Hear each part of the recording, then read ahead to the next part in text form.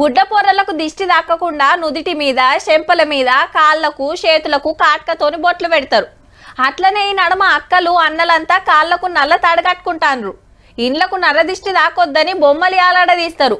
పొలాలను పక్షులు పోతం పెట్టకుండా దిష్టి బొమ్మలు కడతారు. ఓ నీ దిష్టి పురాణం మంచిగానే ఉన్నది కానీ ఇక ముచ్చట చెప్పరాదు అని అంటున్నారా? చూడుండ్రి. పవన్ కళ్యాణ్ సారీ చెప్పాల్సిందే, లేకుంటే మా తెలంగాణలోని సినిమాలు ఎట్లాడతాయో చూస్తామని మన మంత్రులంతా మునుం పెట్టి వార్నింగ్ ఇచ్చిర్రు. ఇంతకు ఆంధ్ర చిన్న సీఎం గారు ఏమన్నది, దానికి మనోళ్ళు ఏమన్నది చూడుర్రి. మరి గోదావరి జిల్లాలో అన్నపూర్ణ అంటారు. రాష్ట్రం విడిపోవడానికి కూడా కారణం గోదావరి జిల్లాలో పచ్చదనమే.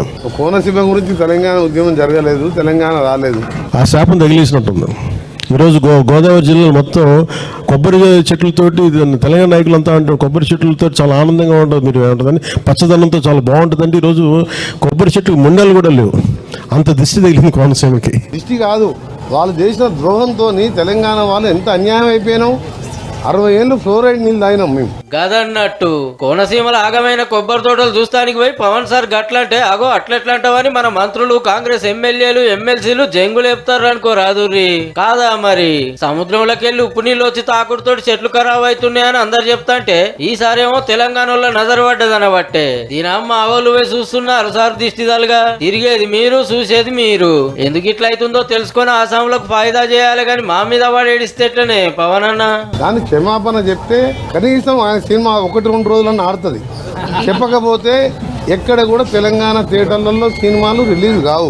ఆంధ్రాలో తుఫాన్ వస్తే తెలంగాణ మొన్న హుస్నాబాద్ కూడా మునిగింది. మేమేం ఆంధ్ర ప్రజలను తప్పుపడుతున్నారు. ప్రకృతి వైపరీత్యంకి ఉప ముఖ్యమంత్రి అయినా ఇంకా సినిమా నటుడు కాదు. నరదిష్టి అంటున్నావు కదా, మరి మీరు బాగుపడితే మేము చూడలేము కదా, ఎందుకు హైదరాబాద్ ఆస్తులు కొనుక్కుంటున్నావు? అన్ని అమ్మేసుకొని పోయి విజయవాడలో ఉండరాదా? ఇది 2.5 గంటల సినిమా కాదు, ఇది ప్రజలు మిమ్మల్ని గెలిపించి ఒక డిప్యూటీ చీఫ్ మినిస్టర్ చేసారు. తెలంగాణ రాష్ట్రం గురించి ఈ రకంగా మాట్లాడడం అనేది, తెలంగాణ రాష్ట్రంలో ఉన్న ప్రతి ఒక్కరికి క్షమాపణ చెప్పకపోతే తెలంగాణ రాష్ట్రంలోని సినిమాలు ఆడనివ్వము. నిన్ను పరిగెత్తించి తెలంగాణ రాష్ట్రంకి వెళ్ళి కూడా తెలంగాణ యువత, తెలంగాణ ప్రజలు తరిమి కొట్టే పరిస్థితి.